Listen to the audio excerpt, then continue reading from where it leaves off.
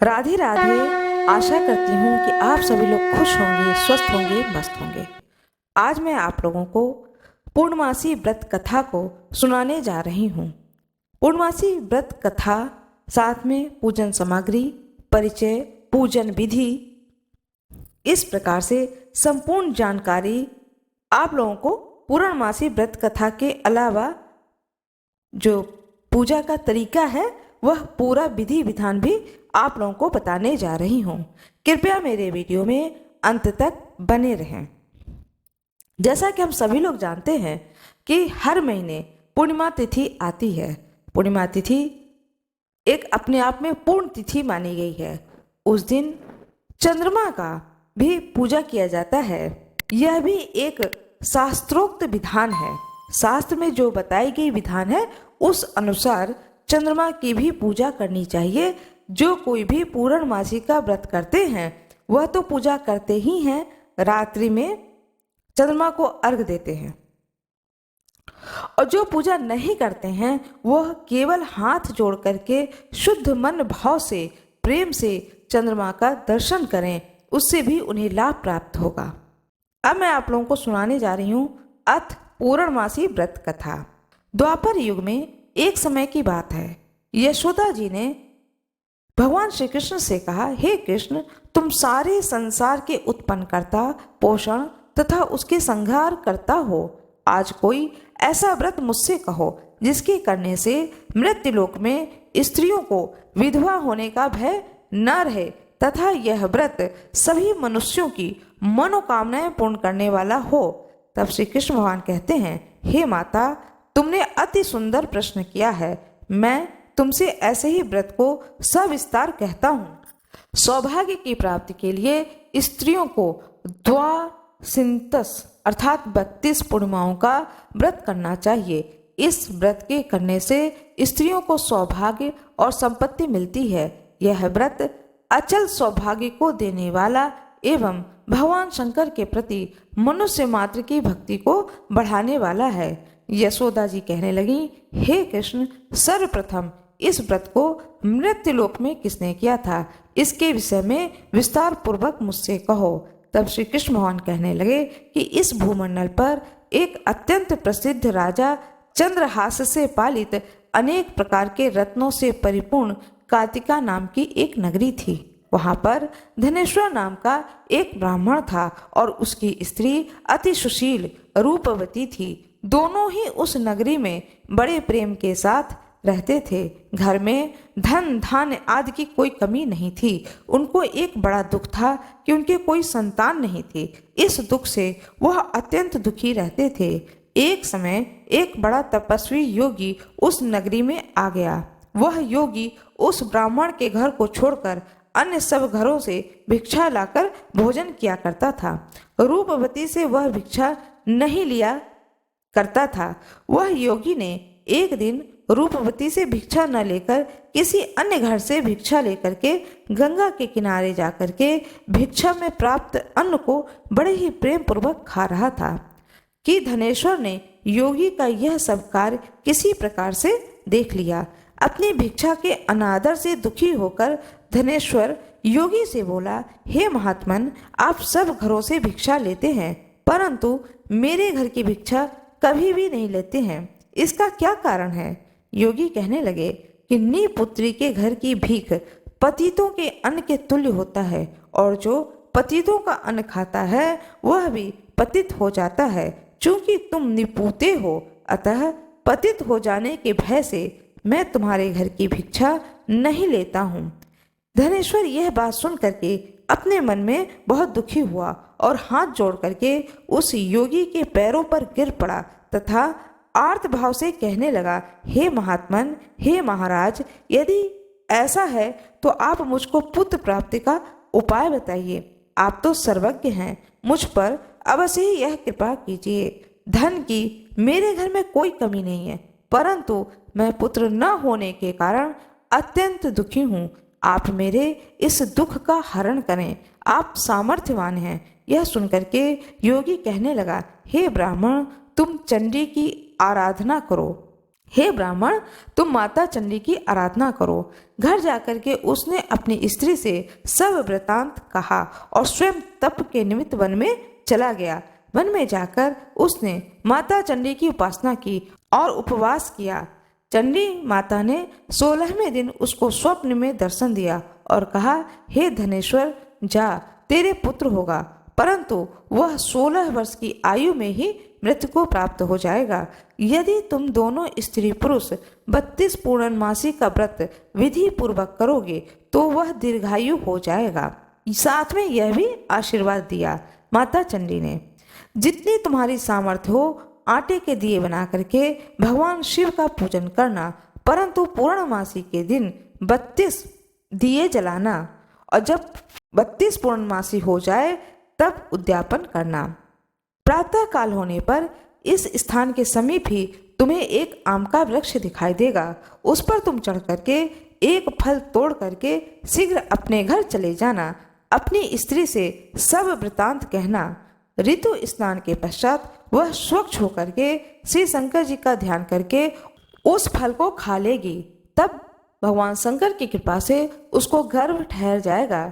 जब वह ब्राह्मण प्रातः काल उठा तो उसने देखा कि उस स्थान के पास ही एक आम का वृक्ष है और उस पर चढ़ करके उस फल को तोड़ने का प्रयत्न किया, परंतु वृक्ष पर कई बार प्रयत्न करने पर भी वह न चढ़ पाया। तब तो उस ब्राह्मण को बहुत चिंता हुई और विघ्न विनाशक श्री गणेश जी की वंदना करने लगा। हे दयानिधि, हे दया विघ्न, अपने भक्तों के लिए विघ्नों का नाश करने वाले, उनके मंगल कार्य को करने वाले, दुष्टों का नाश करने वाले, रिद्धि सिद्धि को देने वाले, आप मुझको कृपा करके इतना बल दें मैं अपनी मनोकामना को पूर्ण कर सकूं। इस प्रकार आर्तनाद करके वह भगवान गणेश से प्रार्थना करने लगा। भगवान गणेश की कृपा से धनेश्वर वृक्ष पर चढ़ गया और उसने एक अति सुंदर आम का फल देखा। उसने सोचा कि जो वरदान से यह फल मिला था वह यही है, क्योंकि और कोई भी फल वृक्ष पर दिखाई नहीं देता है।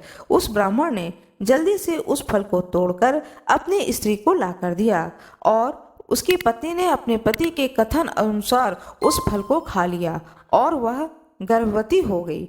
देवी की असीम कृपा से उसके एक अत्यंत सुंदर पुत्र उत्पन्न हुआ, जिसका नाम उन्होंने देवी दास रखा।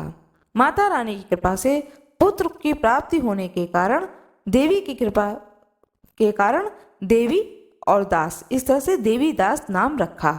माता पिता के हर्ष और शोक के साथ वह बालक शुक्ल पक्ष के चंद्रमा की भांति अपने पिता के घर में बढ़ने लगा।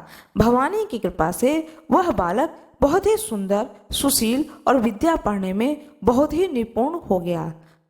दुर्गा जी की आज्ञा के अनुसार उसकी माता ने 32 पूर्णमासी का व्रत रखना आरंभ कर दिया, जिससे उसका पुत्र बड़ी आयु वाला दीर्घायु हो जाए।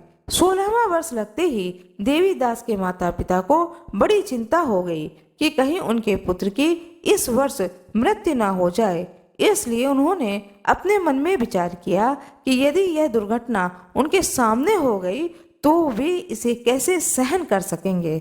इसलिए उन्होंने देवी दास के मामा को बुलाया और कहा कि हमारी इच्छा है कि देवीदास 1 वर्ष तक काशी में जाकर के विद्या अध्ययन करे। उसको अकेले भी हम लोग नहीं छोड़ना चाहते हैं, इसलिए साथ में तुम भी चले जाओ। 1 वर्ष के पश्चात इसको वापस लौटा लाना। सब प्रबंध करके उसके माता पिता ने काशी जाने के लिए देवीदास को एक घोड़े पर बैठा करके उसके मामा को उसके साथ में कर दिया, किंतु यह बात उसके मामा या किसी और से नहीं कही। धनेश्वर ने सपत्नीक अपने पुत्र की मंगल कामना तथा दीर्घायु के लिए भगवती दुर्गा की आराधना और पूर्णमासी का व्रत करना आरंभ कर दिया। इस प्रकार बराबर 32 पूर्णमासी का व्रत पूरा किया। कुछ समय पश्चात एक दिन वह दोनों मामा और भांजे मार्ग में रात्रि बिताने के लिए किसी ग्राम में ठहरे हुए थे। उस दिन उस गांव में एक ब्राह्मण की अत्यंत सुंदर, सुशील, विदुषी, गुणवती कन्या का विवाह होने वाला था। जिस धर्मशाला के अंदर वह और उनकी बारात ठहरी हुई थी, उसी धर्मशाला में देवीदास और उसके मामा भी ठहरे हुए थे। संयोगवश कन्या की तेल आदि चढ़ाकर मंडप आदि का कृत्य किया गया तो लगन के समय वर को धनुर्वात हो गया, अर्थात वर को मूर्छा आ गई। अस्तु वर के पिता ने अपने कुटुंबियों से परामर्श करके निश्चय किया कि देवीदास मेरे पुत्र जैसा ही सुंदर है, इसके साथ ही लगन करा देता हूँ और बाद में विवाह के अन्य कार्य मेरे लड़के के साथ हो जाएंगे। ऐसा सोच करके वह देवीदास के मामा से जाकर बोला कि तुम थोड़ी देर के लिए अपने भांजे को हमें दे दो, जिससे विवाह और लगन का सब कृत्य सुचारू रूप से हो सकेगी। तब उसके मामा कहने लगे कि जो कुछ भी मधुपर्क आदि कन्यादान के समय वर को मिले वह सब हमें दे दिया जाए, तो मेरा भांजा इस बारात का दूल्हा बन जाएगा। यह बात वर के पिता ने स्वीकार कर ली और उसने अपने भांजे को वर बना करके भेज दिया और उसके बाद सब विवाह कार्य रात्रि में विधि पूर्वक संपन्न हो गया। पत्नी के साथ वह भोजन न कर सका और अपने मन में सोचने लगा कि न जाने यह किसकी स्त्री होगी। वह एकांत में इसी सोच में गर्म निश्वास छोड़ने लगा तथा उसकी आंखों में आंसू भी आ गए। उसी समय वह वधू भी आ जाती है और पूछती है कि क्या बात है, आप इतने उदासीन क्यों हैं, आप दुखी क्यों हो रहे हैं। तब उसने सारी बातें बता दी उस वधू को। विवाह संपन्न हो जाने के बाद में वह जो कि भांजा था, वह भांजा उसे अलग कर दिया जाता है और जिस लड़के के साथ में उसका विवाह तय होता है उस वर के साथ में उस वधू को बैठा दिया जाता है। वह वर जो कि जिसके साथ में उस कन्या का विवाह नहीं होता है, वह वर सोचने लगता है कि न जाने यह किसकी पत्नी होगी। ऐसा सोचते हुए उसके आंखों में आंसू आ जाता है। तब वधू ने पूछा कि क्या बात है, आप इतने उदासीन और दुखी क्यों हो रहे हैं। तब उस वर ने उस वधू से अपने पिता और जिस लड़के से शादी हुई थी उसके मामा के बीच में हुई सारी बातों को उस वधू को बतला दी। तब कन्या कहने लगी कि यह ब्रह्म विवाह के विपरीत कैसे हो सकता है। देव, ब्राह्मण और अग्नि के सामने मैंने आपको ही अपना पति बनाया है, इसलिए आप ही मेरे पति होगे। तब वह कहता है कि नहीं, विवाह तुम्हारा मेरे साथ नहीं हुआ है बल्कि देवीदास के साथ हुआ है, उसे मैं लेकर आता हूँ। तब वह देवीदास को लेकर के आता है। वह वधू कहती है कि मैं आपकी पत्नी ही बनकर रहूंगी, किसी अन्य की कदापि नहीं। तब देवीदास कहता है ऐसा मत कहिए, क्योंकि मेरी आयु बहुत थोड़ी है, मेरे पश्चात आपकी क्या गति होगी, इन बातों को अच्छी तरह से विचार लो। परंतु वह दृढ़ विचार वाली स्त्री बोली कि जो आपकी गति होगी वही मेरी गति होगी। मेरे स्वामी आप ही हैं, मेरा विवाह आपके साथ ही हुआ है। मैंने अग्नि को साक्षी मानकर आपके साथ ही फेरे लिए हैं, इसलिए अपना स्वामी मैं आपको ही मानती हूँ, दूसरे को नहीं। आप उठिए और भोजन करिए और आप निश्चय ही भूखे होंगे। इसके बाद देवीदास और उसकी पत्नी दोनों ने भोजन किया तथा शेष रात्रि भी वे सोते रहे। प्रातः काल 4 बजे देवीदास ने भी पत्नी को 3 नगों से जड़ी हुई एक अंगूठी दी, एक रुमाल दिया और बोला, हे प्रिय, इसे लो और संकेत समझकर स्थिर चित्त हो जाओ। मेरा मरण और जीवन जानने के लिए एक पुष्प वाटिका बना लो, उसमें सुगंध वाली एक नव मल्लिका लगा लो, उसको प्रतिदिन जल से सींचा करो और आनंद के साथ खेलो कूदो तथा उत्सव मनाओ। जिस समय और जिस दिन मेरा प्राणांत होगा यह फूल सूख जाएंगे और जब ये फिर हरे हो जाएं तो जान लेना कि मैं जीवित हूँ।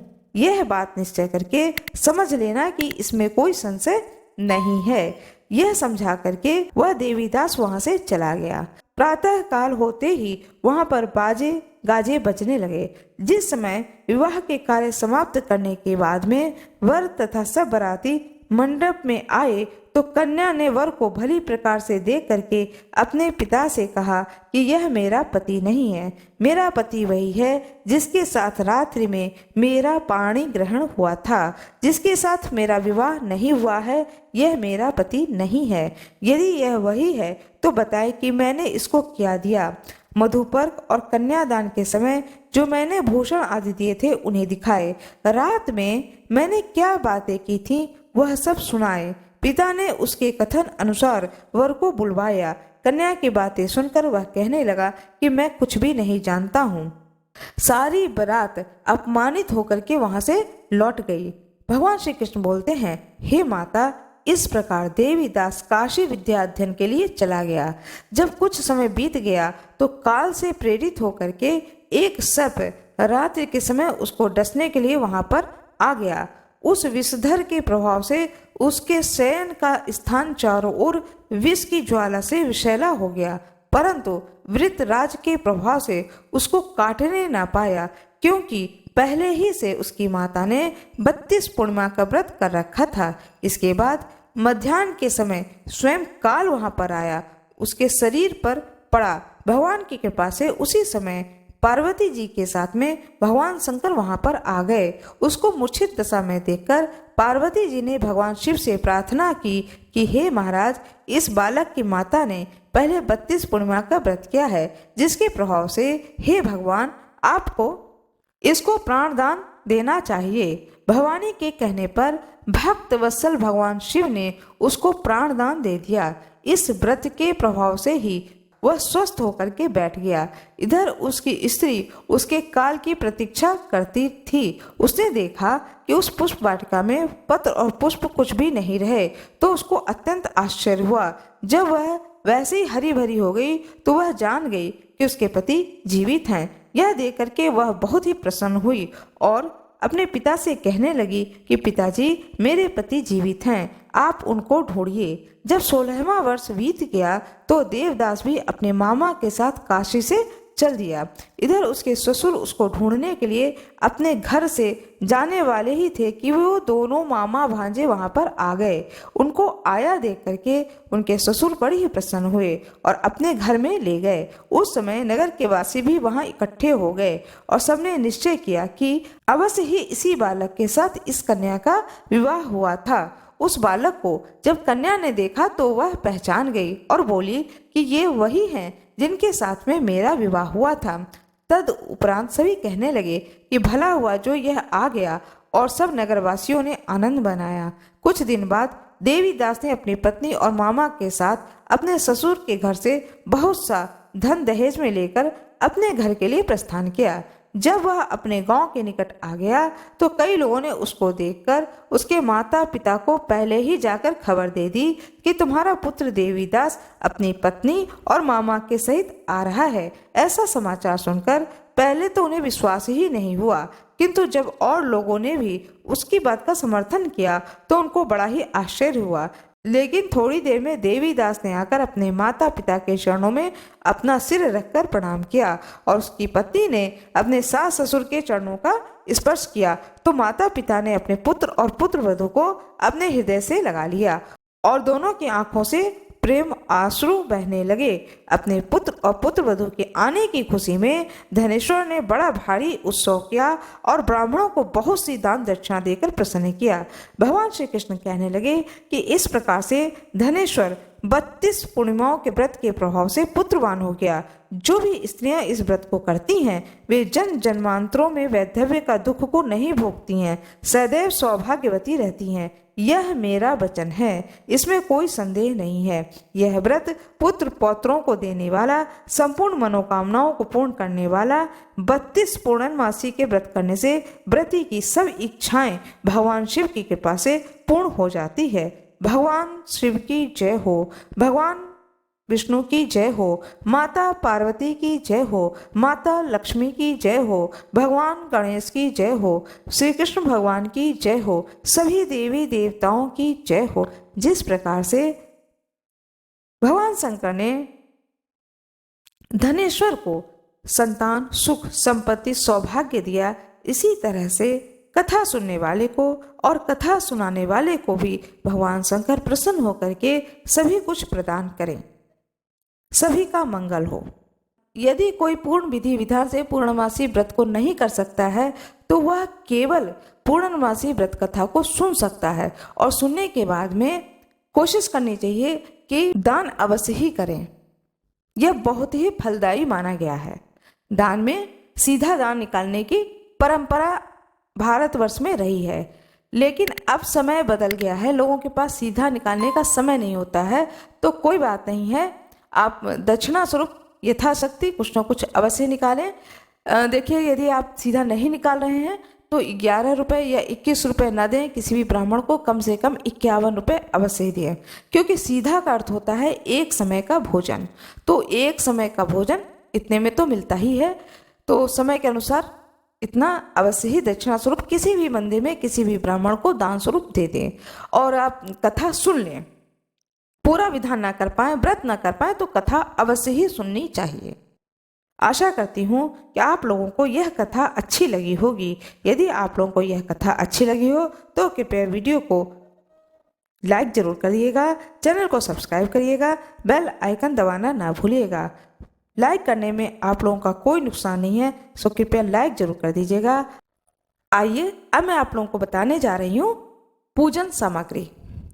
दूध, दही, घी, शक्कर, गंगाजल, रोली, मौली, तांबुल, तांबुल कहते हैं पान के पत्ते को, पुंगी फल, धूप, फूल, सफेद कनेर, यज्ञोपवीत, श्वेत वस्त्र, लाल वस्त्र, आक का फूल, बिलपत्र, फल, फूल माला, धतूरा, बांस की टोकरी, आम के पत्ते, चावल, तिल, जौ, नारियल, दीपक, ऋतुफल, अक्षत, नैवेद्य, कलश, बाती, पचरंग, चंदन, आटा, रेत, समिधा, समिधा बोलते हैं लकड़ी को, कुशा, आचार्य के लिए वस्त्र।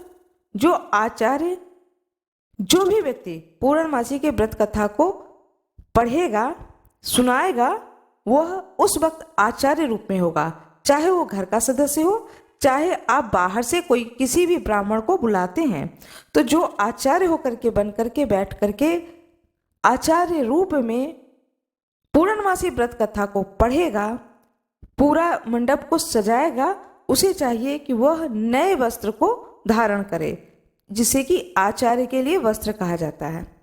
अंगूठी,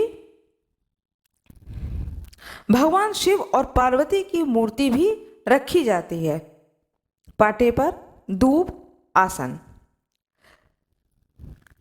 यह मैंने सारी चीजें आपको बताई हैं, साथ में भगवान विष्णु की फोटो। यह सारी पूजन सामग्री मैंने आप लोगों को बताई हैं।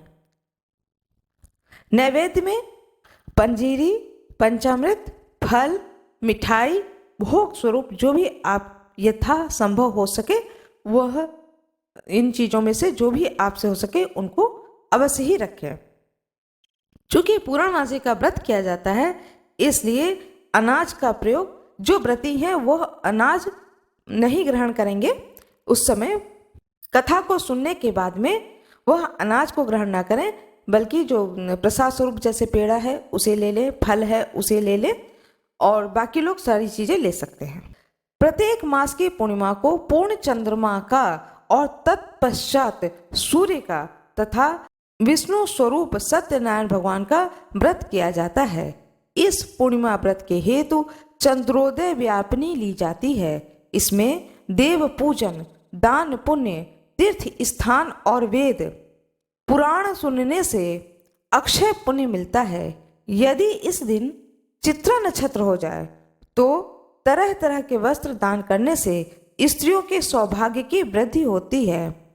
अक्षदी संतान यानी संतान जो होगा वो बहुत ही अच्छे होते हैं और बुद्धि से, शारीरिक रूप से, ज्ञान से, हर तरह से सक्षम संतान होते हैं। यदि किसी भी संतान का जन्म पूर्णिमा तिथि पर हो तो सौभाग्य आदि के लिए स्त्री को त्रांशित अर्थात 32 पूर्णमासी का व्रत करना चाहिए। यूँ तो किसी भी पूर्णमासी से इसे आरंभ कर सकते हैं, परंतु यदि मासों में सर्वोत्तम मास मार्गशीर्ष मास से आरंभ किया जाए तो अति उत्तम है। जब पूरे 30 पूर्णमासी व्रत रख लिया जाए तो उसके बाद में अंत में उद्यापन करना चाहिए। पूर्णमासी का व्रत का पूजन विधान यह है कि पूर्णमासी का व्रत धारण करने वाले स्त्री व पुरुष को प्रातः काल 4 बजे ब्रह्म मुहूर्त में उठ करके स्नान आदि से निवृत्त होकर के जो जेंट्स हैं वह संध्या पूजन तथा नित्य कर्म करना चाहिए। हो सके तो इस दिन आसपास यदि कोई तीर्थ स्थल हो, तीर्थ स्वरूप गंगा नदी हो, यमुना नदी हो, कोई भी नदी हो, इन प्रकार की नदियों में स्नान भी करना चाहिए। सबसे पहले एक स्थान को साफ कर लें जहाँ पर आपको पूजा करनी है। फिर उस स्थान पर एक चौकी रखें, चौकी के ऊपर पीला वस्त्र बिछाएं, पीले वस्त्र के ऊपर भगवान विष्णु की फोटो या प्रतिमा रखें, केले का मंडप बनाएं और वहाँ पर भगवान उसी जो चौकी है उसी चौकी पर केले का मंडप बनाएं, भगवान विष्णु के फोटो को रखें, भगवान शिव और पार्वती की भी प्रतिमा को रखें, भगवान गणेश की प्रतिमा को रखें, लड्डू गोपाल को रखें और घर में जो ठाकुर जी होते हैं उनको भी स्थापित करें। तत्पश्चात स्वयं नवीन वस्त्र धारण करके आसन पर बैठ करके ठीक भगवान के सामने नीचे जो आपने पाटा बनाया है या चौकी बनाई है ठीक उसी के सामने जमीन में आसन बिछा करके स्वयं भी बैठें। फिर संकल्प लें, देश काल आदि के उच्चारण के साथ हाथ में जल लेकर के स्वयं संकल्प करें कि आज मैं भगवान की विधि विधान से पूजा करने जा रहा हूँ अथवा जा रही हूँ। यदि आप संकल्प संस्कृत में ना पढ़ पाए तो कोई बात नहीं है, आप अपने हाथ में जल लें और जल लेकर के स्वयं भगवान के सामने बोल दें कि हे प्रभु, मुझे संस्कृत में तो नहीं आती है पर तुम्हें तो सारी भाषाएं आती हैं, मैं अपनी भाषा में बोल रहा हूँ अथवा बोल रही हूँ और जो भी आपको भाषा आती है उस भाषा में आप बोलें, अपना नाम बोलें, अपना गोत्र बोलें, अपना जिस देश में आप रहते हैं, जिस स्थान पर रहते हैं उस स्थान का नाम बोलें और तिथि बोलें। तिथि बोलने के बाद में आप संकल्पित हों, स्वयं से कहें कि हे प्रभु, मैं संकल्पित कर रहा हूँ खुद को कि मैं पूर्णिमा का आज व्रत को धारण कर रहा हूँ अथवा कर रही हूँ और विधि विधान से यथाशक्ति पूजन को कर रही हूँ या कर रहा हूँ और जो कुछ भी पूजन सामग्री यथाशक्ति है मैंने व्यवस्था करी है और कुछ यदि छूट गया है तो उसके लिए आप मुझे क्षमा करें और मन से भाव से मैं आपकी पूजा को करूं और आप मेरे इस पूजा को स्वीकार करें। इस चीज को अवश्य ही बोल दें, इससे आपसे कोई भी त्रुटि होगी तो ईश्वर आपको क्षमा करेंगे। बड़े सरल भाव से, ईश्वर बहुत ही सरल है, उनके सामने छल की जरूरत नहीं है। आप अपनी बात को, अपने मनोभाव को बड़े ही सरलता के साथ कह दें, ईश्वर समझ जाते हैं। अब मैं आपको आगे का पूजन विधान बताने जा रही हूँ। इस तरह से संकल्प लेने के बाद में अब भगवान गणेश का आवाहन करें, भगवान वरुण देवता का आवाहन करें, कलश स्थापना करें, सारे भगवान को स्नान कराएं, एक लोटे में जल रखें, उसके अंदर फूल रखें और उस फूल के द्वारा सारे भगवान पे जल छिड़कें, चंदन लगाएं, कलश में भी स्वास्तिक का चिन्ह बनाएं, उसके बाद में अक्षत चढ़ाएं, भगवान को वस्त्र पहनाएं, दीपक जलाएं, धूप बत्ती जलाएं, जो भी नैवेद्य है वह सारे नैवेद्य भोग प्रसाद स्वरूप उसी जगह पर उसी स्थान पर रख दें। नवग्रह बनाएं, नवग्रह को भी एक पाटे पर स्थापित करें, उसके बाद में उनकी भी पूजा करें। इसी तरह से जल चढ़ाएं, फूल चढ़ाएं, धूप दिखाएं, नैवेद्य चढ़ाएं और उनकी भी पूरी पूजा करें। अक्षत, चंदन, पुष्प, धूप ये सारी चीजें दिखा करके नैवेद्य चढ़ा करके फिर आचमन करें, सुपारी चढ़ाएं, दक्षिणा में भेंट भी चढ़ाएं, दक्षिणा चढ़ाएं। इस प्रकार से पूजा करें। भगवान विष्णु की सबसे पहले गणेश जी की पूजा करें, फिर भगवान विष्णु की इसी तरह से पूजा करें, फिर भगवान शंकर की प्रतिमा को भी इसी प्रकार से पूजा करें। यज्ञोपवीत पहनाएं। फिर एक श्लोक मैं सुना रही हूं, इस श्लोक को अवश्य ही पढ़ें। श्रीखंडम चंदनम दिव्यम गंधदार्ढ्यम सुमनोरमम। श्रीखंडम चंदनम दिव्यम गंधाडयम सुमनोहरम विलेपनम सूरश्रेष्ठ चंदनम प्रतिगृहताम। इस मंत्र से चंदन को अर्पित करें, अक्षत चढ़ाएं, सप्त धान को समर्पण करें, हल्दी चढ़ाएं, कुमकुम, मांगलिक सिंदूर। यदि कोई जेंट्स हैं तो वह माताओं को सिंदूर न चढ़ाएं, केवल रोली चढ़ाएं, और जो लेडीज हैं वह माताओं को सिंदूर चढ़ाएं। माला अर्पण करें, माल्यादीनि सुगंधीनि माल्यादीनि वै प्रभु मया आत्हितानि पूजार्थ पुष्पानि प्रतिगृहताम। इन 2 मंत्रों से सुगंधित पुष्प अर्पण करें, धूप दें, दीप दिखाएं, नैवेद्य को चढ़ाएं, फिर मध्य में जल को चढ़ाएं, चंदन चढ़ाएं। इस प्रकार से भगवान शंकर की पूजा करें। फिर भगवान शंकर को जो भी भगवान शंकर की प्रतिमा हो, मूर्ति हो, शिवलिंग हो, जो भी आपके घर में हो, उनकी पूजा करें। उनकी पूजा में नहलाना है, चंदन चढ़ाना है, फल चढ़ाना है, दूध चढ़ाना है, दही चढ़ाना है, सब चीज़ चढ़ा करके भगवान शंकर का यथाविधि से पूजन करें। फिर भगवान शंकर के 100 नाम के मंत्रों का उच्चारण अवश्य ही करना चाहिए। कहा जाता है कि भगवान विष्णु के पूजन में भगवान शंकर का पूजा करें तो वह 2 शक्ति के रूप में परिवर्तित होकर के यह पुण्य फल आपको 100 गुना अधिक प्राप्त होता है। इसलिए पूर्णिमा तिथि पर भगवान शंकर की पूजा अवश्य ही करनी चाहिए। भगवान शिव के 100 नाम 100 नाम का मंत्रों के साथ उच्चारण करना चाहिए। वह 100 नाम है जिसे कि मैं अब पढ़ने जा रही हूँ। ओम शिवाय नमः, ओम भौमाय नमः, ओम रुद्राय नमः, ओम नीलकंठाय नमः, ओम सोमनाथाय नमः, ओम वेदसे नमः, ओम कपर्दिने नमः, ओम वृषभध्वजाय नमः, ओम सुरेशाय नमः, ओम व्योमकेशाय नमः, ओम सोमेश्वराय नमः, ओम शिपिविष्ठाय नमः, ओम भर्गाय नमः, ओम ब्याल प्रियाय नमः, ओम दिगंबराय नमः, ओम उमाकांताय नमः, ओम तपोभगाय नमः, ओम व्याल नाम पते नमः, ओम व्यसाय नमः, ओम व्यालाय नमः, ओम त्रिपुरकांताय नमः, ओम सिंहाय नमः, ओम शार्दुलाय नमः, ओम पृथुनाम पते नमः, ओम ईशाय नमः, ओम व्याघ्राय नमः, ओम अमिताय नमः, ओम महीधराय नमः, ओम अतिमाय नमः, ओम बुद्धिनाय नमः, ओम सिद्धापते नमः, ओम परिमेष्ठने नमः, ओम कपोताय नमः, ओम शिष्टाय नमः, ओम परात्मने नमः, ओम विष्ठाय नमः, ओम वेद गीताय नमः,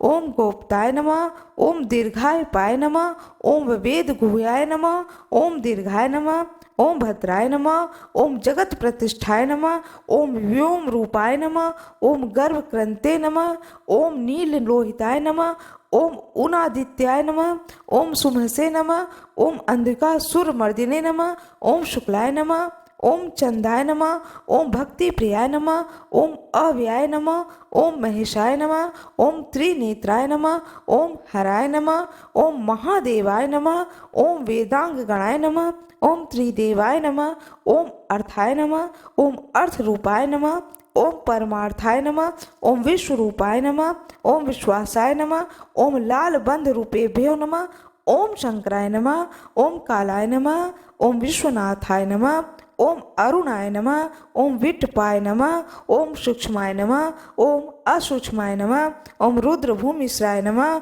ओम श्मशान वासिने नमः, ओम कृतिवाससे नमः, ओम शशांक शेखराय नमः, ओम दुर्गाय नमः, ओम दुर्गापराय नमः, ओम दुर्गाबाय वसाक्षिणे नमः, ओम लिंग रूपाय नमः, ओम प्रायार्थाय नमः, ओम लिंगाय नमः, ओम लिंगनापते नमः, ओम प्रवाह रूपाय नमः, ओम करुणाकरणाय नमः, ओम अतिसंकटा नमः, ओम भार्गाय नमः, ओम काशीनाथाय नमः, ओम कंदर्पनाय नमः, ओम कंदर्पन्याय नमः, ओम पुरुषोत्तमाय नमः, ओम जगन्नाथाय नमः, ओम कालकूट भक्षणाय नमः, ओम पंचवक्त्राय नमः। शिव जी के इन 7 नामों से जप करते हुए शिव जी को नमस्कार करें। हो सके तो 100 बार नमस्कार करें, क्योंकि रामचरितमानस में तुलसीदास जी वर्णन करते हैं कि जब नारद जी ने श्राप दिया है भगवान विष्णु को, तो जब माया खींच लेते हैं भगवान विष्णु, तो नारद जी को बहुत पश्चाताप होता है और वह भगवान विष्णु के चरण पकड़ लेते हैं और कहते हैं कि हे प्रभु, मैंने आपको अपशब्द कहे हैं, आप मुझे क्षमा करें और वह विधान बताएं जिससे कि आप मुझ पर प्रसन्न हो। तब भगवान विष्णु कहते हैं कि तुमने जो कुछ भी कहा है वह मेरी इच्छा से कहा है, लेकिन तुम मेरे प्रिय भक्त हो, इससे मैं तुम्हें बताता हूँ। मुझे भगवान शंकर अत्यंत प्रिय हैं। जाकर के भगवान शंकर के 100 नाम को नित्य पाठ करो। जब स्वयं भगवान विष्णु नारद जी से कह रहे हैं कि जाकर के 7 नाम पढ़ो, भगवान शंकर के 100 नाम पढ़ो, उससे मैं अत्यंत प्रसन्न होऊंगा, तो इस पूर्णमासी के व्रत में भगवान शंकर की आराधना अवश्य ही करनी चाहिए। यह मैंने आप लोगों को पूर्णमासी व्रत का पूरा विधान बताया है, पूजन विधान बताया है। आशा करती हूँ कि आप लोगों को यह वीडियो अच्छी लगी होगी। यदि आप लोगों को यह वीडियो अच्छी लगी हो, यह जानकारी अच्छी लगी हो, तो कृपया वीडियो को लाइक जरूर करिएगा, चैनल को सब्सक्राइब करिएगा, बेल आइकन अवश्य ही दबा दीजिएगा। लाइक करने में आप लोगों का कोई नुकसान नहीं है, इसलिए प्लीज़ लाइक जरूर करिएगा ताकि यह सारा विधि विधान आगे भी लोगों तक पहुँचे। आप सभी लोगों का बहुत बहुत धन्यवाद।